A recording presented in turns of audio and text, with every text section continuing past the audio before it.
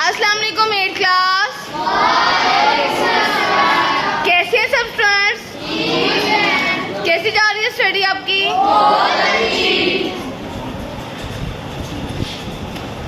हाँ जी, cell division का lecture learn करके आए हैं? क्या होता है सेल डिवीजन? क्या होता है सेल डिवीजन? बताएं, जल्दी से बता दें, शाबाश। Okay, the process in which parent cell divide into 2 daughter cells. ठीक है। अच्छा, आज का जो हमारा लेक्चर है वो है सेल डिवीजन जो है, जिसमें एक पेरेंट सेल जो है वो 2 डॉटर सेल्स में डिवाइड करता है। आगे सेल डिवीजन को भी 2 टाइप्स हैं, माइटोसिस एंड मियोसिस। आज का टॉपिक जो हमारा है दैट इज अबाउट माइटोसिस। ठीक है। सेल डिवीजन को आगे कितना फर्दर डिवाइड किया गया है 2 टाइप्स में, माइटोसिस में और मियोसिस में। अब माइटोसिस क्या है? Mitosis the parent cell divides into 2 daughter cells and number of chromosomes remain same as in parent cell. अब मैंने ये साइकिल ड्रॉ किया हुआ, देखिए ये पेरेंट सेल है। पेरेंट सेल है, इसमें जो नंबर ऑफ क्रोमोसोम उतने ही हैं जितने के उसके डॉटर सेल्स में हैं।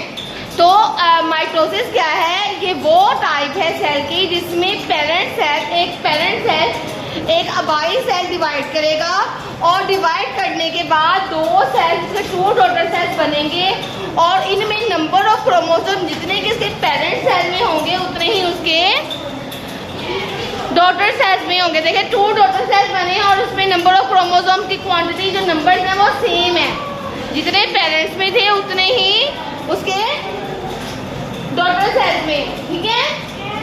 अब हम इसको 1 बाय 1 स्टडी करना है। अब माइटोसिस के सबसे पहला स्टेप इसका है इंटरफेस का। अब इसको मैं एक्सप्लेन करूंगी, आप लोगों ने जो डिटेल है वो आप लोगों ने बुक से राइट कर लेनी। अब पेरेंट सेल है, ये दिखाया गया है। जब सेल डिवाइड करना होता है तो पहली फेज कौन सी फेज होती है? इंटरफेज। ये इसकी कौन सी फेज है? इंटरफेज। इंटरफेज में क्या हो रहा है? इंटरफेज में सेल डिवीजन के स्टार्ट होने से पहले क्रोमोसोम जो है इसका डुप्लीकेट हो गया, इसका क्रोमेटिन मटेरियल ठीक हो गया और क्रोमोसोम डुप्लीकेट हो गया, उसके 2 सिस्टर क्रोमोटिड्स बन गए। देखे बन गए हैं, पेरेंट सेल के बन गए हैं। ये इसका इंटरफेस था और ये इसने डुप्लीकेट बना लिए, क्रोमोसोम की डबल कॉपी हो गई है।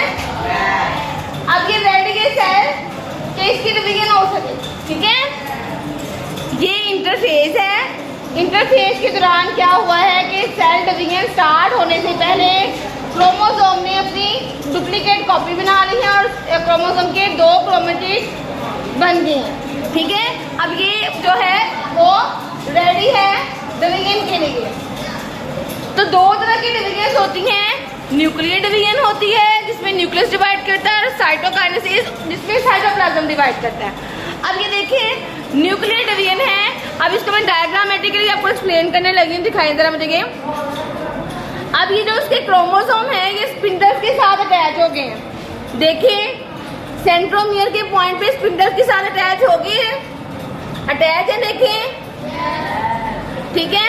ये साइज में इनलार्ज हो गया है और इसके स्पिंडल फाइबर्स अटैच हो गए हैं और स्पिंडल फाइबर्स जो हैं वो सेंट्रोमियर वाले पॉइंट से ये स्पिंडल्स के साथ अटैच हो गए हैं। अब न्यूक्लियर डिवीजन में क्या हो गया है? न्यूक्लियस ने डिवाइड करना है। न्यूक्लियस ने जब डिवाइड करना है तो इसके जो क्रोमेटिड्स हैं सेंट्रोमियर के पॉइंट से इनमें कॉन्ट्रैक्शन होगी, तो हाफ क्रोमोसोम जो है वो एक साइड पे चले जाएगा और हाफ क्रोमोसोम दूसरी साइड पे मूव कर जाएगा। देखिए चलेंगे, देखिए ना, यहाँ पे डबल क्रोमोसोम था और यहाँ पे ये सेपरेट हो गए हैं, हाफ एक साइड पे चले गए और हाफ उसके दूसरे साइड पे चले गए हैं। इसको कहती हैं न्यूक्लियर डिवीजन, यानी न्यूक्लियस क्रोमोसोम न्यूक्लियस का पार्ट है ना, तो इसके लिए न्यूक्लियस डिवीजन हो गई है। क्रोमोसोम दोनों जो है वो इक्वली जो है हाफ जो है वो 2 डॉटर सेल में, यानी कि हाफ एक डॉटर सेल में और हाफ दूसरे डॉटर सेल में चले गए। ठीक है। देखें ये मूव कर गए हैं, देखिए इसमें क्रोमोसोम अटैच हुए हैं और इसमें सेपरेशन हो गई है। अब ये देखें during the nuclear division nucleus divide करेगा और क्रोमोसोम सेपरेट करेंगे and go through the opposite pole, मुखालिफ स्थिति में चले जाएंगे जहाँ पे दो डॉटर सेल्स बनने हैं और इनमें जो सेपरेशन हुई है वो इक्वल हुई है। ये नहीं कि एक में ज्यादा चले गए हैं क्रोमोसोम एक में कम चले गए हैं। इसको कहते हैं न्यूक्लियर डिवीजन। न्यूक्लियर डिवीजन की सबको समझ लग गई है।